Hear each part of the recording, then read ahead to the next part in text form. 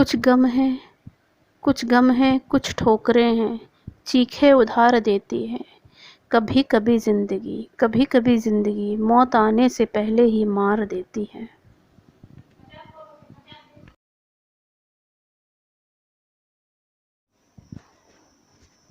Hello guys, कैसे हैं आप सब। आई होप आप सब अच्छे होंगे। मैं हूं क्रांति और वीरांगना ब्लॉग में आप सबका स्वागत है। आप मेरे चैनल पर आए हैं तो प्लीज़ मेरे चैनल को सब्सक्राइब कीजिए, लाइक एंड कमेंट शेयर कीजिए। तो आज का मेरा ब्लॉग है कि एक विधवा औरत को ज़िंदगी जीने का कोई अधिकार नहीं है। उसे क्या वो अपनी मर्ज़ी से अच्छे से ज़िंदगी नहीं जी सकती? उसके लिए समाज में इतनी पाबंदियाँ क्यों हैं? उसे क्यों मनुष्य कहा जाता है? उसे क्यों अपशगुन कहा जाता है? उसका चेहरा क्यों नहीं देखा जाता? उसे कई प्रकार से क्यों उसे टॉर्चर किया जाता है कि वो विधवा हो? अगर वो एहसास भी ना करे तो समाज के ताने, रिश्तेदारों के ताने उसे एहसास दिला देते हैं कि वो विधवा है। मेरे साथ भी कुछ ऐसा ही हुआ। इस समाज में अलग अलग नियम हैं। मर्दों के लिए कुछ अलग नियम है, औरतों के लिए कुछ अलग नियम है।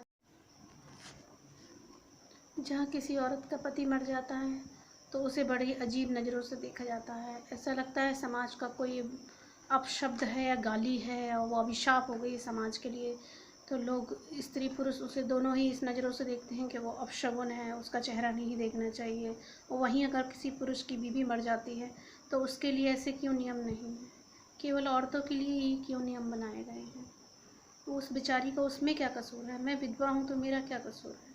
मैंने क्या गलती कर दी? मैं कहाँ से मनुष्य हो गई? मैंने क्या किया है जो मुझे इस तरीके के शब्द सुनने के लिए मिलते हैं? मुझे भी इस तरीके के सामना करना पड़ता है इन चीज़ों का। तो बस मैं यही कहूँगी कि इस तरह का भेदभाव क्यों है और इस तरीके से क्यों कहा जाता है? और अगर ऐसे शब्द अपनों ने ही कहे हों तो फिर इंसान कैसे ज़िंदा रहे? कैसे किसी प्रॉब्लम को फेस करे? कैसे सामना करे? समाज का अपने आप से कैसे सामना करे जब खुद की फैमिली मेम्बर या खुद के रिश्तेदार इस तरीके की बातें करें? समाज तो करता ही है। जब खुद के लोग करते हैं तब ज़्यादा चोट पहुंचती है और जब ज़्यादा तकलीफ़ होती है। तो हम अपना समझते हैं, यदि वही ऐसी बातें कहें समझे तो कितना बुरा लगता है, और जो हमें ना समझें। वाक़या कुछ ऐसा है कि मेरे ससुर की उनकी लड़की की शादी में गई। जब मैं शादी में गई तो हमारे यहाँ एक रस्म होती है पैर पूजन की। पैर पूजन के लिए जब मैं गई तो मेरी जो ननद है उन्होंने मेरा हाथ पकड़ के कहा कि क्रांति तुम नहीं जाओगी? तो मैंने कहा क्यों दीदी, सब लोग जा रहे हैं तो मैं क्यों नहीं जाऊंगी? तो बोलने लगी नहीं, तुम्हारा भैया नहीं है इसलिए तुम नहीं जा सकती हो, तुम विधवा हो। तो वहाँ पे कुछ और लोगों ने भी कहा कि हाँ हाँ तुम नहीं जा सकती हो, तुम विधवा हो और तुम लड़की के सामने भी नहीं जाना, विदाई हो तब भी नहीं जाना और वैसे भी नहीं जाना। तो मुझे ये सुनकर मुझे बहुत बुरा लगा कि मेरी ननद इस प्रकार की बातें कर रही है। जिसे मैं सब कुछ समझ रही थी, जिसे मैं अपना मान रही थी, वो मेरे से इस तरीके की बातें करेंगी कि मैं अपशगुन हूँ, मैं विधवा हूँ, मेरा चेहरा नहीं देखना चाहिए, मैं अपना चेहरा नहीं दिखा सकती। तकलीफ़ जब होती है जब अपने ही लोग ऐसी बातें करते हैं और दिल दुखता है। कहती हैं सुबह सुबह अपना चेहरा मत दिखाया करो, जल्दी मतलब किसी के सामने मत आया करो, किसी शुभ काम में आगे मत हुआ करो। तो जब उन्होंने मेरा हाथ पकड़ा और कहा, जब उन्होंने मुझसे ये सब कहा तो मुझे बिल्कुल भी अच्छा नहीं लगा। मेरी अंदर से हिम्मत टूट गई। फिर मैं जाके एक कमरे में बैठ गई। फिर मैं बाहर भी नहीं निकली। और मेरे बच्चे की अचानक तबीयत भी ख़राब हो गई, उसको बहुत तेज़ फीवर आ गया, उल्टियाँ होने लगी। मेरा वैसे ही जी घबरा रहा था कि इनकी एक बेटी की शादी में मेरे हस्बैंड की तबीयत ख़राब हुई थी और वो चल बसे। मेरा मन अंदर से बहुत घबरा रहा था, पर मैं हिम्मत बांधे फिर मैंने कहा शादी निपट जाए जैसे तैसे, मैं सीधा अपना मायके झांसी चली आऊँगी। और फिर मैंने वहीं एक चीज़ और देखी है कि उनकी फैमिली का कोई मेम्बर था जिसकी बीवी नहीं थी। वो बंदा जेंट्स था, वो घर के सारे काम देख रहा था, शादी के सारे अरेंजमेंट वही देख रहा था। तो उसके लिए कोई नियम नहीं, लेकिन मैं औरत हूँ, मेरे लिए सारे नियम। मैं मनहूस हूँ, अपशगुन हूँ, किसी को अपना चेहरा नहीं दिखा सकती, कोई शुभ काम में आगे नहीं आ सकती। बस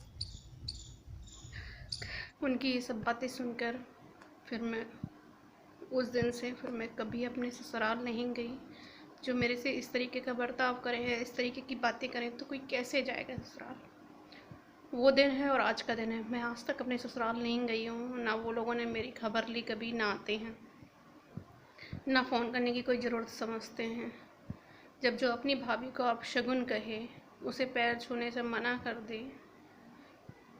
तो उसके दिल पे क्या गुजरेगी। उस दिन के बाद मैं अपने ससुराल कभी नहीं गई। ऐसे तो थे मेरे ससुराल वाले, और जब मेरे मायके वाले भी ऐसा करें तब कितनी चोट पहुंचती है।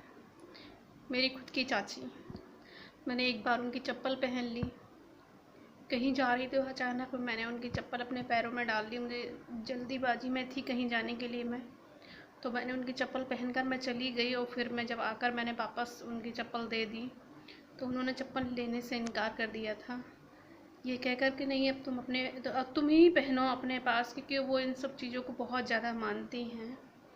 तो ये चीज़ मुझे बहुत फील हुई बाद में, जब किसी ने पूछा कि क्यों नहीं ली अपनी चप्पल, तो बोलने लगी नहीं, वो लड़की विधवा है, खाली है, उसकी चप्पल नहीं, हम सुहागन हैं। तब मेरी चाची मेरे साथ इस तरीके का बर्ताव कर सकती है, तो ससुराल वाले तो बहुत दूर की बात है। फैमिली, रिश्तेदार, आस पड़ोस के लोग जब ऐसी बातें करते हैं तो बहुत बुरा लगता है।